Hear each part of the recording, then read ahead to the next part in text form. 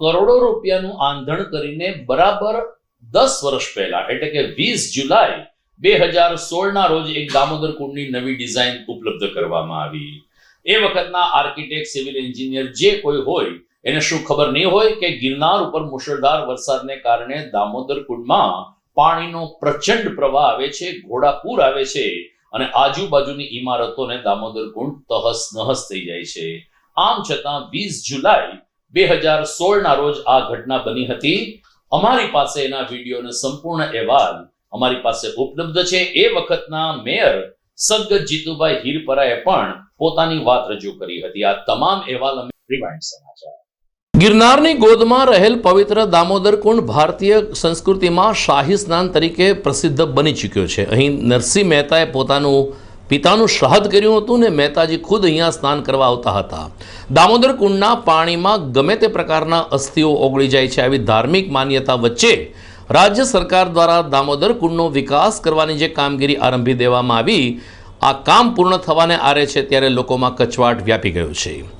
Damodar Kund swimming pool બની ગયો છે અને તેની ધાર્મિકતા ખોઈ બેસી રહ્યું છે। આવી લાગણી સાથે તીર્થગોર અને દામોદર કુંડમાં સ્નાન કરતા ભાવિકો સહિત આમ જનતામાં નારાજગી વ્યાપી છે। ત્યારે આજે મહાનગરપાલિકા ખાતે ચિંતન બેઠકનું આયોજન કરવામાં આવ્યું હતું।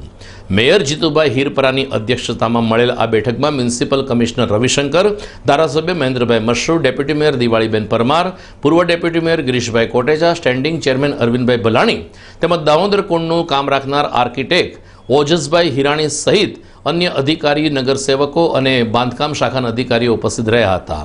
તમામનો સૂર એક જ રહ્યો હતો કે લોક લાગણી છે કે દામોદર કુંડ આધુનિક સ્વિમિંગ પુલ બની ગયો છે ત્યારે એને ફરીથી મૂળ સ્વરૂપમાં લાવવો ઘટે। ત્યારે ઓજસ હિરાણી સાથે વિસ્તૃત ચર્ચા કરાયા બાદ એક નવો નકશો તૈયાર કરવામાં આવશે, જેમાં અત્યારે થઈ ચૂકેલ કામમાં કેટલો ફેરફાર શક્ય બને છે તેનો અહેવાલ આવ્યા બાદ નિર્ણય લેવામાં આવશે તેમ મેયર જીતુભાઈ હીરપરાએ ઉમેર્યું હતું। સમાજમાંથી વિરોધ આવ્યો કે આ દામોદર કુંડ છે એ એક સ્વિમિંગ પુલ પ્રકારનો બનવા જઈ રહ્યો છે અને આપણી ભારતીય સંસ્કૃતિની અવગણના થઈ રહી છે।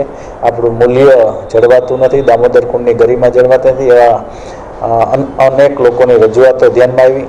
ફરી આજે કોર્પોરેશનના પદાધિકારીઓ, કમિશનર, બાંધકામ શાખાના અધિકારીઓ, ધારાસભ્યશ્રી, સંસદ સભ્યશ્રીને પણ બોલાવવામાં આવ્યા હતા। એ વિસ્તારના કોર્પોરેટરશ્રીઓ, કોર્પોરેશનના આગેવાન ભાઈ શ્રી ગિરીશભાઈ, આ બધાની હાજરીમાં ફરી આજે એક મિટિંગ થઈ અને ફરી બધાના સૂચનો લેવામાં આવ્યા। ત્યારબાદ સ્થળ ઉપર વિઝિટ કરી અને નાની મોટી રજૂઆતો સાંભળી અને હવે ફરીથી એ રજૂઆતોને ધ્યાનમાં લઈને ફરી કોન્ટ્રાક્ટરને અને આર્કિટેક્ટને કીધું છે ફરી ડિઝાઇન બનાવે। એમાં જે રીતની રજૂઆતો હોય છે ધ્યાનમાં રાખીને દામોદર કુંડમાં ફેરફાર કરવો શક્ય છે કે નહીં એ જોઈ અને પછી આગામી મિટિંગમાં ફરી નક્કી કરશું કે હવે પછી શું કરવું।